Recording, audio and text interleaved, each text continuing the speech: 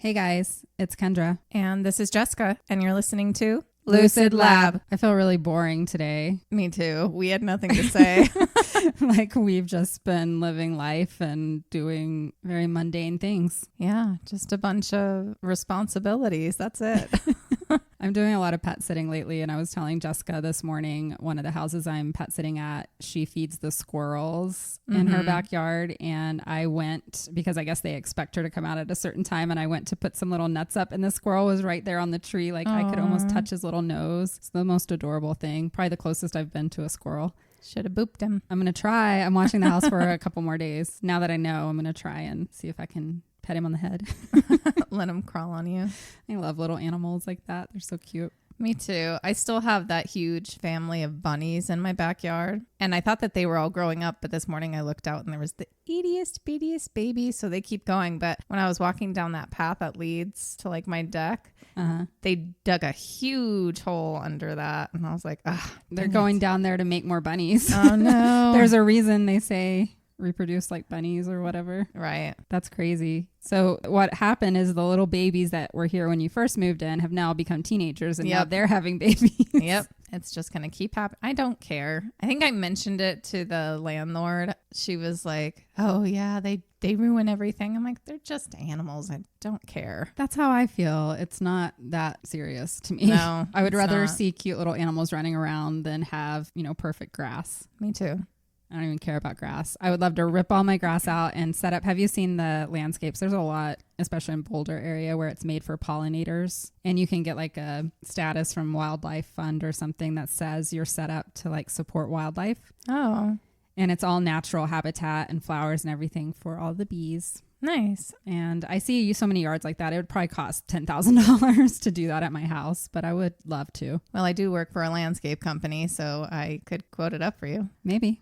Well, I'm not a designer though, so it requires a design. Yeah, and that's but a lot. I can guarantee that to have someone put all the flowers in for you. And somebody would have to rip all my grass out and lay new mulch and everything. Oh so yeah, I know it's a whole process. But I would love to take my grass out because I know it's not good for the environment. I think we've talked about it on here before. That would be amazing to me, and not have to sprinkle or spend the money on water for sprinklers every summer, which isn't good for the environment either. I know. There's just so much to it. You don't have little kids though, so. No, I would leave my backyard alone. Right. It's really just my front yard that I would love to turn into like this little oasis of flowers that I've seen. Yeah, you don't need to walk through there. No, and it looks really pretty, much prettier than grass. And I have dead spots all in my grass from the rabbits because they nest there and they just like eat. And I guess once they eat and start peeing on the grass, it completely kills the roots. Dies. So yeah, that's our exciting thing to talk about right now. It's too hot. It's too hot out anyway. We're not doing anything.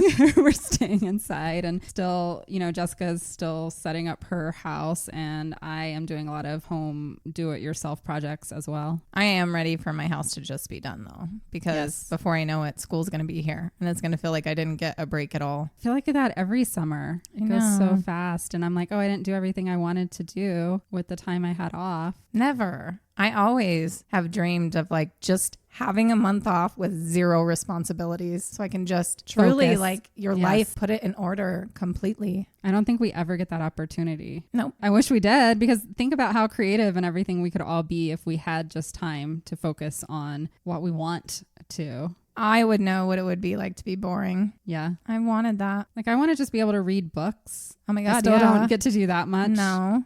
The only books I'm reading are usually for the podcast right now. Mm-hmm. I guess that's why they say not to rush growing up, because when you're a kid, you have all of that. And I'm watching my little girl she wants to skip everything. Yeah. And I was the same way when I was younger. Yeah. You just want to be an adult, and then you move out and realize, oh, wait, I want to go back to being a kid. She's already told me she's going to live with me for the rest of her life. And I'm like, sure, if you give me money. Just I know. I don't want her to expect to never do anything.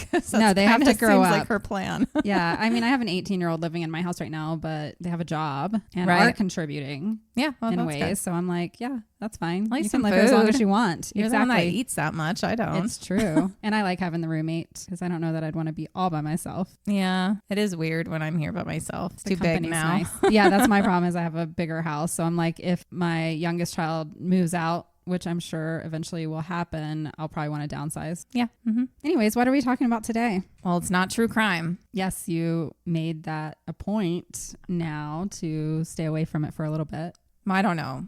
At least one episode. I mean, we'll see what happens. I've got true crime coming next week. Okay. Well, let me tell you a story. You're standing in front of the mirror in your childhood bathroom. The lights are off. A single candle flickers beside the sink. You've just whispered her name for the third time. Oh, no. Bloody Mary, Bloody Mary, Bloody Mary. What happens? Your eyes adjust to the dim light. Nothing moves, but you wait. You keep waiting. You're not sure what you're expecting, but you feel your heart pounding harder with every second. Your breath fogs the mirror, and you swear for just a split second that you saw a face behind your own. Yep. And then the door slams. Someone screams and you run. Whether you did it at a sleepover, summer camp, or never dared to try it at all, chances are you've at least heard of Bloody Mary. Yep. For generations, children and teenagers have summoned her in front of a mirror, usually in the dark, usually after being dared. Always at a sleepover for me.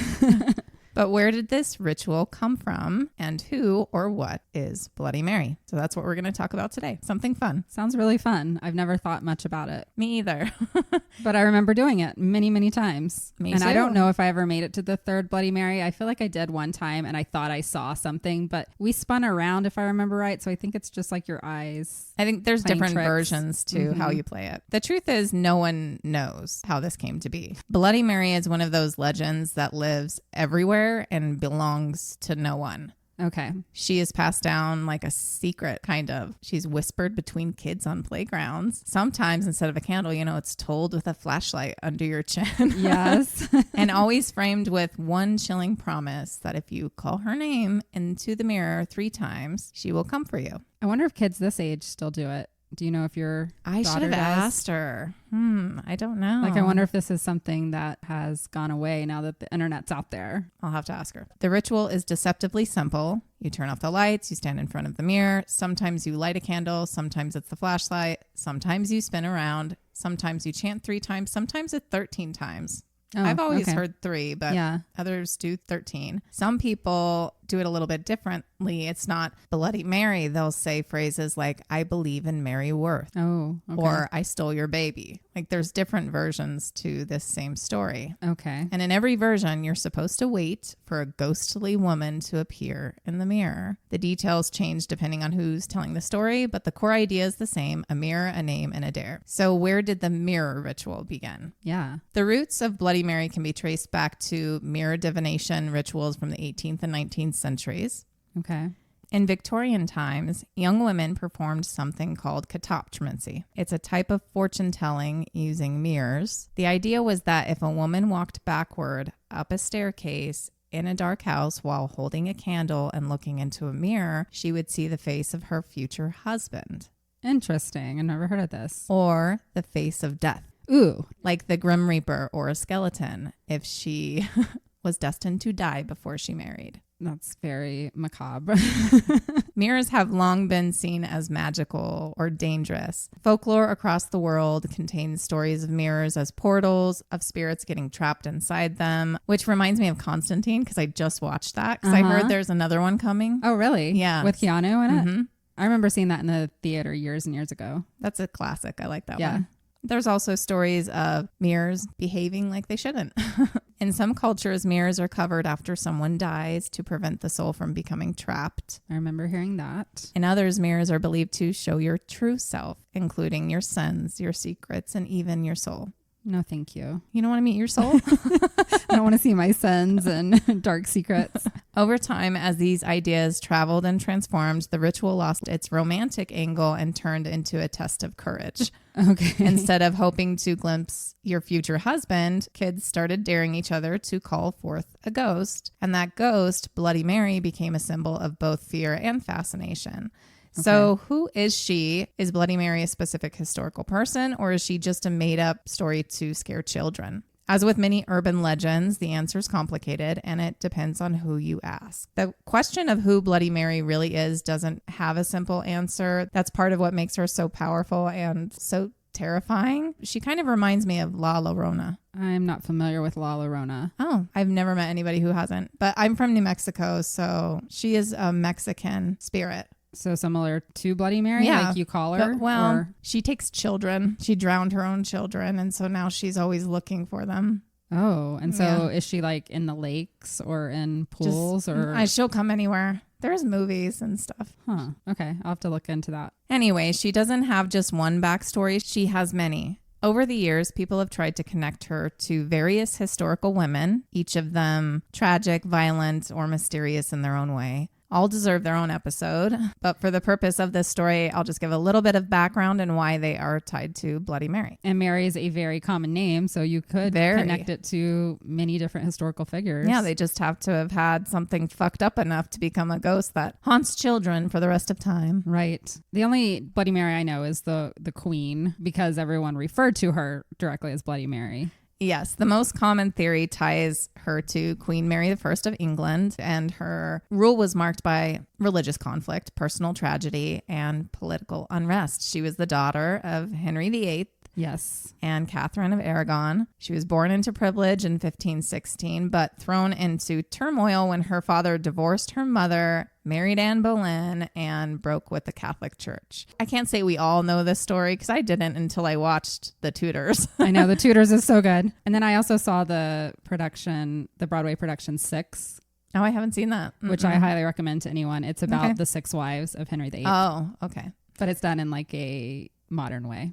Okay, I'll check it out. When Mary finally came to power in 1553, she was determined to restore Catholicism to England, and she did so with fire and blood. During her short reign, she ordered the execution of over 280 Protestants. That's a lot. Many of whom were burned alive at the stake. No, that's not good. And these just weren't political rivals. They were preachers, scholars, and everyday people who refused to recant their faith. Wow. The spectacle of public burnings left deep scars on the English psyche. And long after her death, Protestant writers solidified her legacy with the nickname that stuck, Bloody Mary. Right, yeah. But her reign wasn't just defined by violence. Mary also suffered deep personal anguish. Okay. Most notably, she experienced multiple phantom pregnancies. Phantom pregnancies. Periods when her body showed signs of pregnancy, including growing an abdomen. Wow. Loss of menstruation, but no child ever came to her. I've never heard of this. That's crazy. I've heard of this happening to women. Like your hormones just go into pregnancy mode. And you believe it so much that your body is making it happen for you, but there's no fetus. That's wild. Today, historians believe these could have been caused by ovarian cancer, which, is a hormonal imbalance. But psychological distress is probably more likely. I mean, that family was wild. And I'm sure, as all royal women back in the day, like you were under so much pressure to have babies. So like you wanted to be pregnant because especially she came from Henry VIII where he like cut off the heads of different women who didn't have boys. Like baby fever or whatever it was, something way far worse than that was going on in that household that she grew up in. Right. For her not having a baby, it was seen as both a political and spiritual failure. So that's so sad that there was just that much pressure. She was 42 when she died, and she died alone and childless. And potentially from cancer. And potentially. But she was on the throne for only 5 years. Her half-sister Elizabeth I succeeded her and swiftly reversed Mary's policies, ushering in a golden age of Protestant rule. In history books, Mary was painted as a tyrant, a woman driven by religious fervor and maternal longing who drowned her country in blood. Whether or not she is the Bloody Mary, it's still easy to see why her legacy would kind of take precedence. But again, this is all over the world, so everybody just has their own Bloody Mary. I was about to say, there's definitely parts probably that have Bloody Mary rituals or whatever that don't know the story of the Queen of England. Exactly. I know none of us did when we were playing that game as a young child. Not at all. I don't even know what I believed it was. I don't even know either. A random ghost. Right. Yeah. There's just a ghost named Bloody Mary and she's going to show up in the mirror and do horrible things. Maybe. Right. Okay, so moving on. Another name that frequently surfaces in Bloody Mary lore is Mary Worth. Is she from the Salem witch trials? So we actually don't know. Unlike Queen Mary, there's no verified historical record of anyone by this name. Oh. But her legend still somehow persists. In many versions, Mary Worth is a witch who lived on the outskirts of a small town, practicing dark magic and experimenting on local children. Some stories claim she kidnapped girls and used their blood in rituals and elixirs meant to grant her eternal youth. This sounds like so many different movies that are out there. Eventually, the townspeople discovered what she had done. They dragged her from her home, burned her at the stake, and buried her in unconsecrated ground. But we don't know where exactly this took place? No. Okay. Before she died, Mary was said to have cursed the townspeople and vowed to return from the grave if her name was ever spoken again. I like this one. Other versions paint her not as a witch, but as a disfigured or mentally ill woman. That's probably more likely since we know that's what they went after in the witch trials. She was ostracized by her community. Some say that she was the victim of a terrible accident that left her face horribly scarred. Unable to bear her own reflection, she withdrew from the world and eventually took her own life. And her spirit, unable to rest, began appearing in mirrors, drawn to anyone who dared to call her name. Okay. In even darker variations, Mary Worth is a murderer, a woman who killed her own children, or she's just a vengeful spirit who haunts those she believes wronged her in some way. The wide range of stories about her reflects something deeper, that Bloody Mary isn't just one fixed entity. She's a vessel for fear, and Mary Worth is one of her most adaptable Right, you can make up anything because nobody knows the real story or even if she existed. Yeah, that's just it. She might not be anybody at all. Another lesser known variant is Mary Wales. Okay. She's often presented as a tragic maternal figure, usually a young woman who died under mysterious or violent circumstances. In some stories, she was a mother who lost her child and went mad with grief. In others, she was murdered, sometimes by a lover, sometimes by strangers, and now returns from the afterlife seeking revenge. The Mary Wales variation often emphasizes sadness and loss over rage and cruelty, which is some of the other ones. But make no mistake, those who believe in Mary Wales, she's just as deadly. Why? Many versions say that if she appears in the mirror, it means someone nearby will die. I don't like that. Others describe her as a warning spirit. Her presence foreshadows catastrophe. So she's a banshee. Right. Mary Wales is also one of the few Bloody Mary figures that is tied to like specific rules. You say her name exactly 13 times in front of a candlelit mirror and she'll show you your death or claim you as her own. I don't like it. Yeah, don't play with I'm that not doing that one at all. Again, there's no historical figure known as Mary Wales connected to these stories, but her legend keeps going on. So you say Mary Wales instead of Bloody Mary 13 times? Yes. Okay. Yeah. For any of you who want to try it. Yeah. Why not? We're not telling you to. I would never. And I knew this one would come up. Although not traditionally part of the Bloody Mary myth, Elizabeth Bathory is often brought up in discussions of blood-soaked women in legend and lore. Yeah, I think she's like the original female serial killers. I remember looking into her before. Well, I still want to cover her just a little bit here. Bathory was a 16th century Hungarian noblewoman who was accused of torturing and murdering as many as 600 young girls. According to the legend, she bathed in their blood to preserve her beauty. Her name is synonymous with sadistic cruelty, and she's often called the most prolific female serial killer in history. However, modern historians question how much of this is actually true. Oh, really? Some suggest that Bathory may have been the target of political conspiracy meant to seize her wealth and land, which I believe. I believe it. They make up they did the same thing to Catherine the Great. They made up stories about her too, about her having sex with a horse or something. Same thing. It's just a way for them to dismiss women.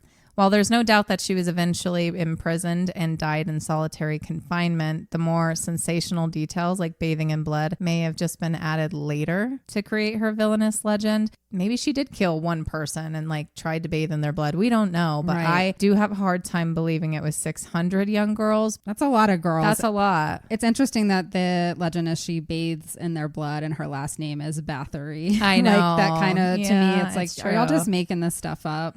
Still, the parallels are striking. She was a woman of wealth and power, surrounded by accusations of youth obsession and blood rituals. In the court of public opinion, she became another Bloody Mary. Whether she did it at all, who knows? Really, who knows? But I do want to cover her more in depth just to see if you and I can come to our own conclusion, because that was just literally the quickest snippet we could cover. Yes, I am interested in hearing more about her. Because there's also the story that she may have been a vampire. So, oh yeah, I think you brought her up in your vampire episode. I did. The fact that Bloody Mary's identity is so fragmented isn't a flaw in the legend. It's a feature. She's not bound to one name, one face, one century. She's a reflection of whatever we fear most at any given time. A tyrannical queen, a vengeful witch, a murderous woman, a grieving mother. The story shifts to fit the culture. Okay. And that's what makes her such a powerful figure in folklore tradition. Urban legends are rarely fixed. They're living stories passed down from person to person, generation to generation. They grow and adapt with each telling. Bloody Mary is a ghost, yes, but she's also the mirror. Not just like the literal mirror, but a metaphorical one. She reflects our anxieties back at us about womanhood, violence, beauty, shame, power, and the supernatural. All of it. So now that we've explored the possible origins, the queens, the witches, and folklore, let's talk about the part that everyone remembers, and that is the ritual of it. Yes. Because this is where the legend actually comes alive, not in dusty history books, but in bathrooms across the world where brave kids stand in front of a mirror, turn off the lights, and whisper her name. The core of Bloody Mary is always the same. We've talked about it. It's the variations that are a little different depending on where you go, but they all end the same way in that you're supposed to see her. Right. Yes. What exactly happens when she appears is also just very different everywhere. Okay. I don't think I've ever seen her appear. I don't think so either. I'm trying to remember. I don't have a lot of memories of my childhood, but I kind of have this one distinct memory where I went into a bathroom by myself and just did it by myself. I have a memory where I had a friend standing outside, like we were taking turns. So I was in there by myself and I spun around and I remember seeing like a red dot and I was like, maybe it was her, but it was probably just me being dizzy and the, you know, how your eyes are adjusting. That's like the only thing I remember, but I was freaked out because it was probably like 2:00 in the morning and we weren't supposed to be up. Yeah. And I'm sure we got in trouble for making noise. Oh, I've done it countless times at parties. I just mean the one time I remember I was like alone at my house in my room and I was probably bored. I'm one of 6. I'm like, I need something exciting. Let me go conjure up a ghost. Let me see if I can get haunted. I want to get possessed today. Some say she appears behind you in the mirror, her face covered in blood, her eyes are hollow and empty. Others say that she reaches out through the glass. That's creepy. Leaving bloody handprints or marks like scratches on your face. Oh. In some versions, she pulls you into the mirror with her, trapping you in her world forever. Well, we would never know if that happens to someone. Could have happened. There are even stories that say if you don't run away in time, she'll just kill you on the spot. Okay. But of course, none of these things actually happen, right? That we know of. That we know of. I think my mom said something about feeling like she got scratched once. Again, our mind is psychosomatic. You're like sitting there scratching yourself and you don't even realize it because you're so afraid. The thing is the ritual is designed to play with your senses. You're in a dark room. Yes. There's a mirror. This flickering candlelight, you're standing still, you're breathing heavy, your heart's pounding, you're repeating a name that has been wrapped in myth and menace for centuries. Your mind is primed for fear, and then something shifts. You see movement in the mirror, a flicker, a shadow. The shape of your own reflection looks different. Is it the light? Is it something else? Maybe you convince yourself nothing's happening. You laugh, you turn on the light, but your heart is still racing. You feel like something's watching you. The moment of imagined terror is what makes the Bloody Mary ritual so enduring. It's not just a story you hear, it's something you do.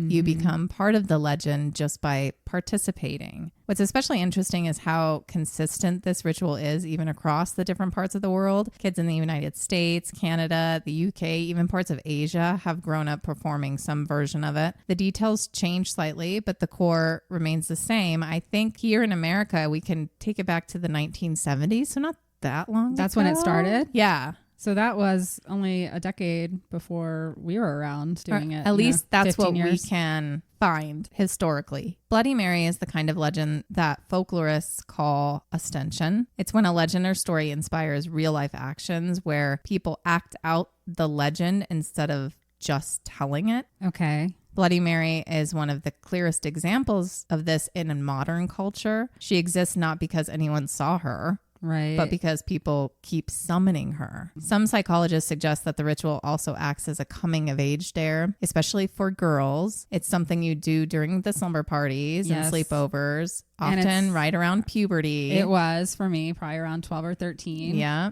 There's something deeply symbolic about it. You're staring into a mirror, you're alone in the dark, saying the name of a ghost woman rumored to have died horribly or have been betrayed or suffered. You confront fear in its rawest form, and you do it in your own reflection. Folklorist Alan Duns once wrote about the mirror ritual as a form of initiation, a way for young girls to confront the tension between adolescence, beauty standards, and societal expectations. Mirrors are, after all, deeply tied to self-image, and Bloody Mary is a figure who often appears as disfigured, bleeding, or enraged. And in that sense, the ritual isn't a game. It's a low-stakes way to confront death, fear, transformation, and identity, all while pretending it's fun.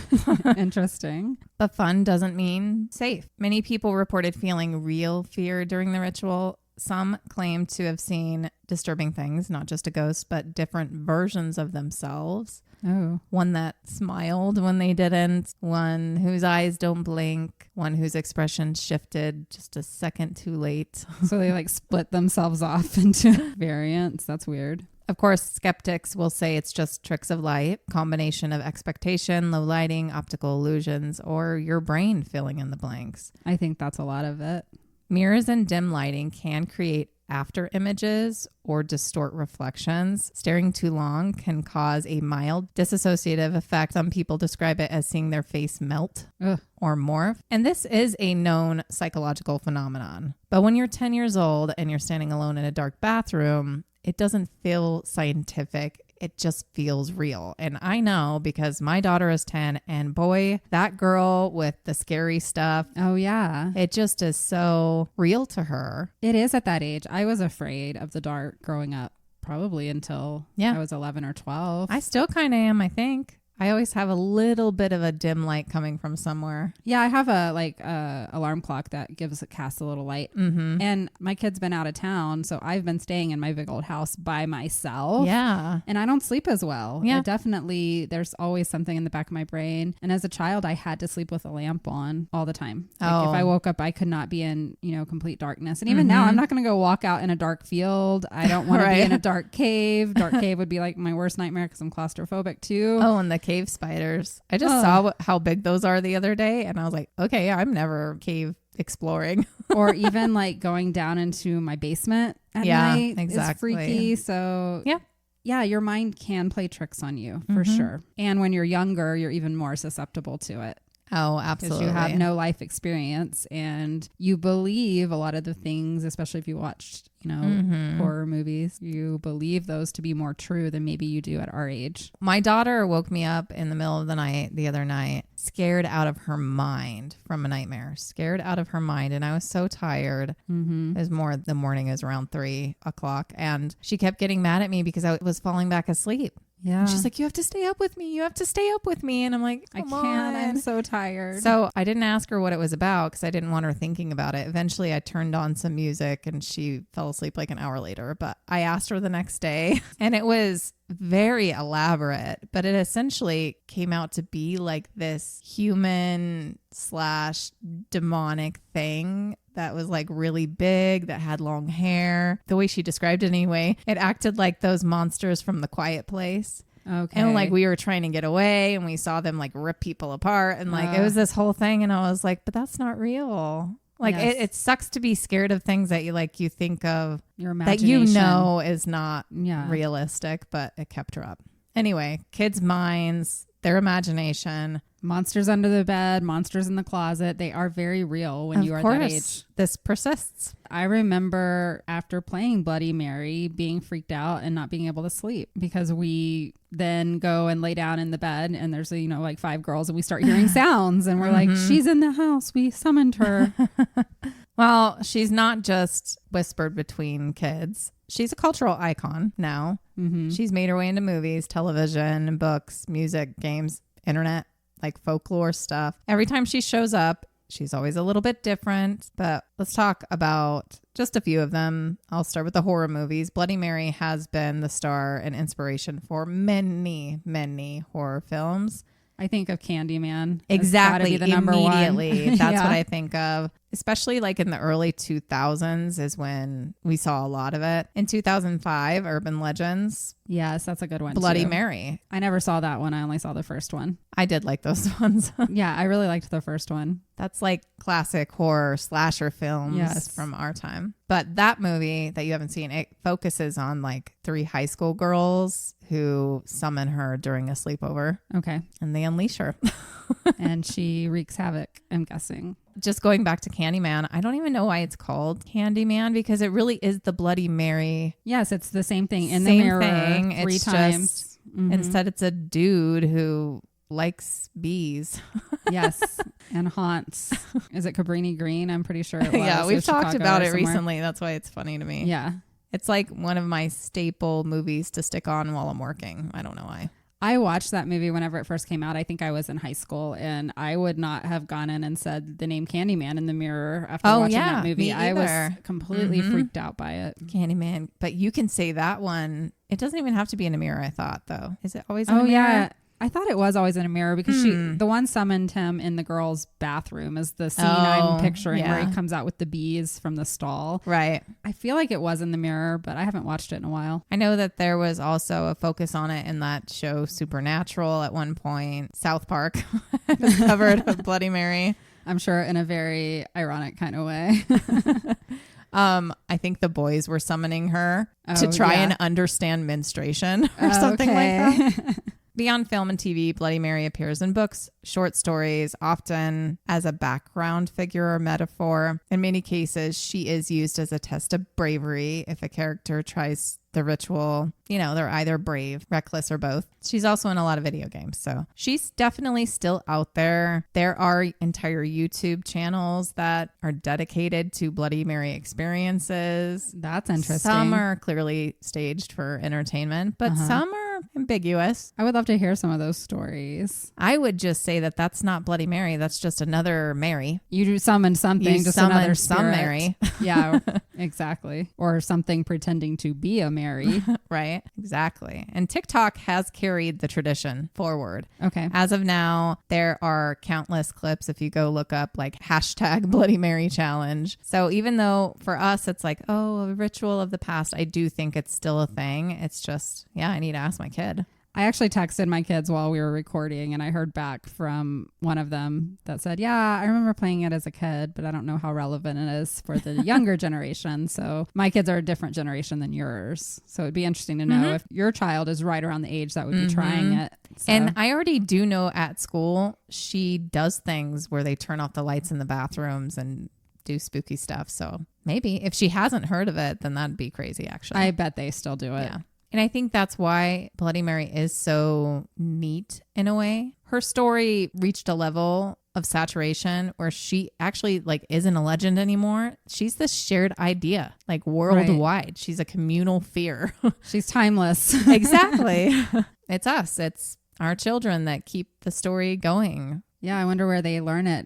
Is it just, it's one of those things that's kind of passed down from generation to generation. It has to be. I bet you it takes one little kid, maybe there are 10 and 11 year olds hanging out and one of them has a older brother or sister that goes, have you guys played Bloody Mary? And it just goes on that way. It just keeps carries going on and on and on, just like a good ghost story. Almost everyone has a story. I was listening to some people talk about it. It definitely was a girl thing more than a boy thing. Like they heard about it or they remember doing it like once, but it was definitely more for girls here. And now if you mention it to your daughter and she's like, no, I've never heard about it, you're going to tell her about it and then she's going to want to do it. And then but then she'll never sleep. She'll never want to go in her bathroom again. I know. Tell her to do it at one of her friends' houses. It just taps into that fear of the unknown because it's like, it could happen. Yeah. Like it could just be a silly legend, but what if it's not? And even me sitting here as a 45-year-old woman is like looking at your mirror because I can kind of see it from here. I'm like, true. I don't know that I would still want to do it. Yeah. Even at my old age. I'm still too vulnerable. Right. And you can invite things in. I don't need to invite anything into my life. I've got enough chaos. And you can find countless anecdotes of people who claim that they do see something. One Reddit user wrote about seeing a woman with long black hair standing behind them after the third chant, only to turn around and find no one there. Yeah, that creeped me the fuck out.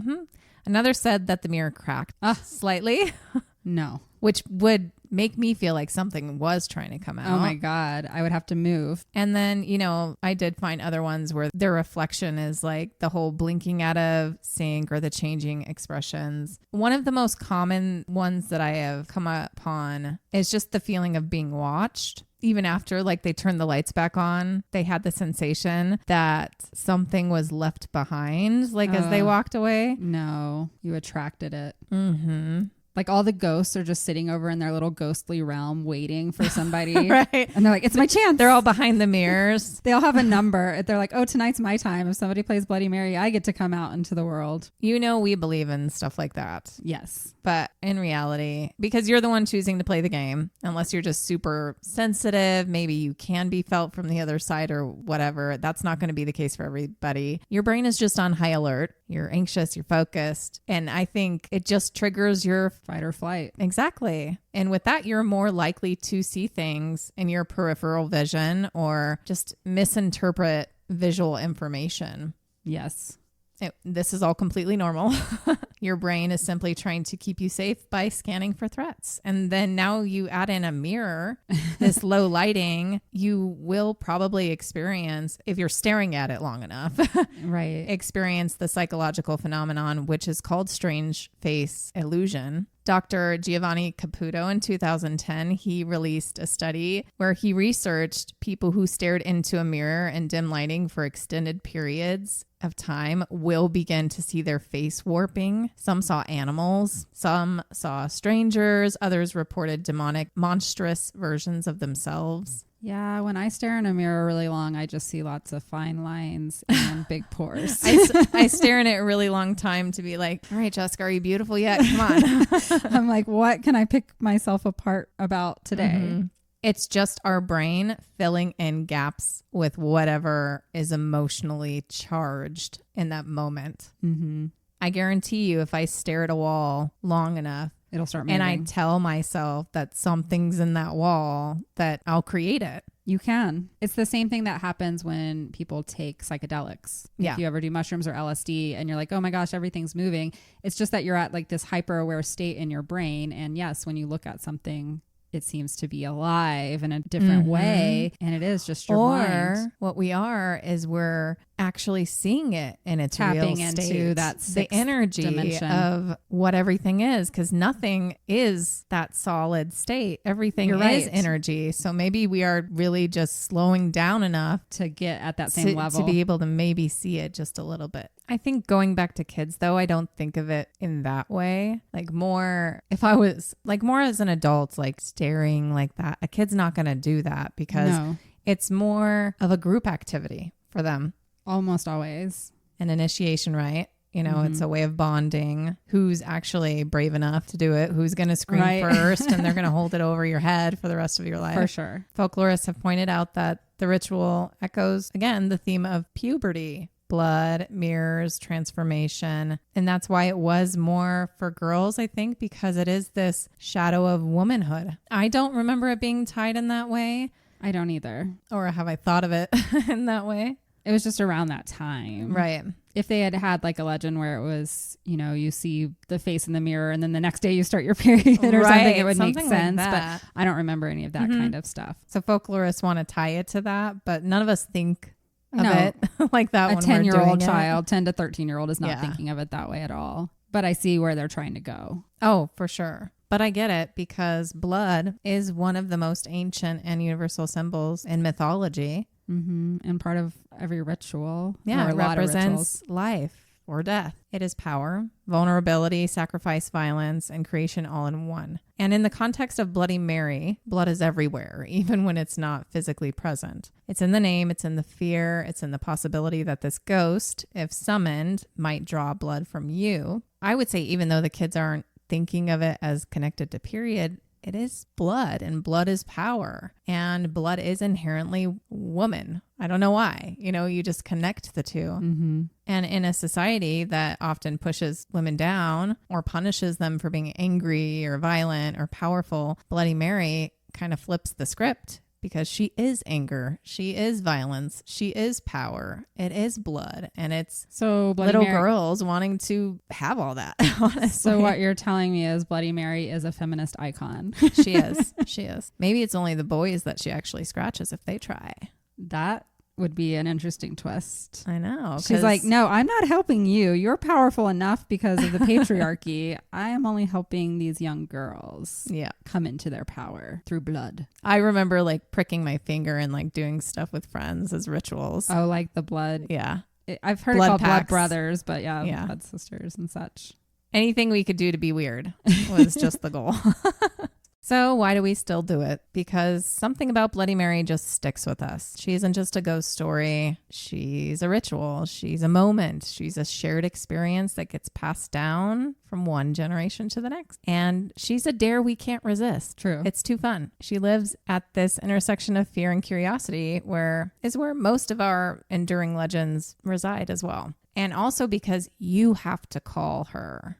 I think that's the most enduring of it all, is it's up to you if she comes or not. Have the courage or bravery or whatever. It's the scariest part. And I'd probably rather want her than Candyman. Yes. Maybe Candyman is for the boys. Maybe Candyman. I don't want to be hooked.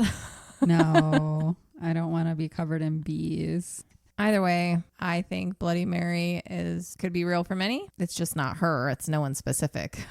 It's just a ghost. It's just a or incantation to call something forth from the other realm. And we know mirrors have been portals for ages, like you brought up in the beginning. And that's really it with this, what was a tiny research project, but I needed it because there's actually a lot going on this week. Yes. But real quick, I wanted to bring this up just in case anybody else was curious about the cocktail, because I was curious if it was connected. Yeah, where did that come from? Because there's a drink called Bloody Mary. I love a good Bloody Mary at a brunch. And it's red, but no, they're not connected. The drink was invented by this guy in the 1920s or 30s. It is believed to have been created possibly to be like a toast to Queen Mary the First of England. Okay.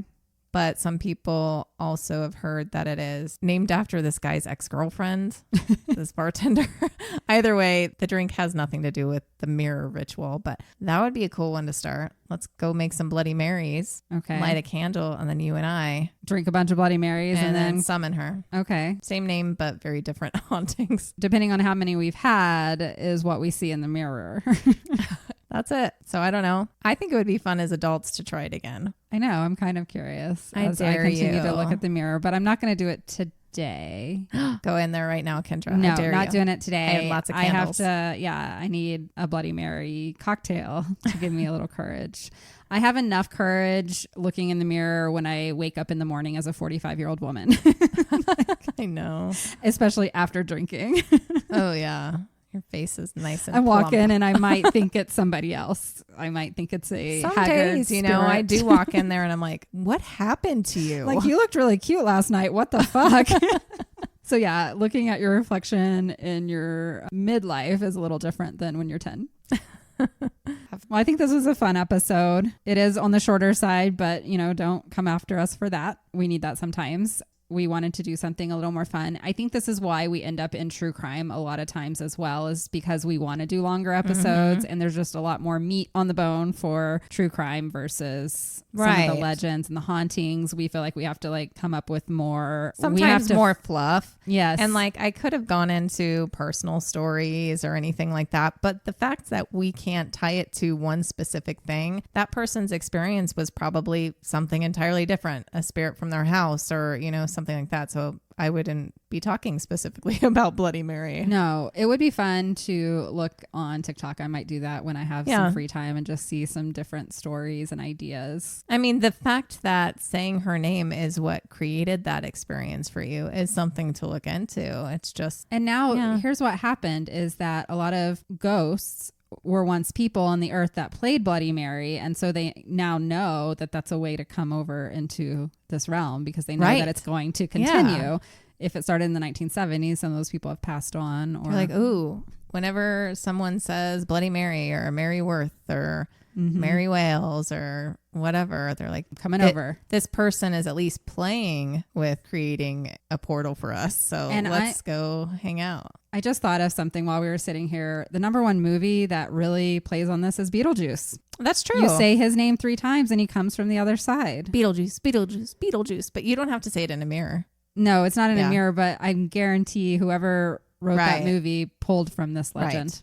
Yep, for sure. Everything influences everything. Yes. Thank you for putting in the time to research this one and it wasn't hard. Some ideas. It wasn't hard. It was boring to research.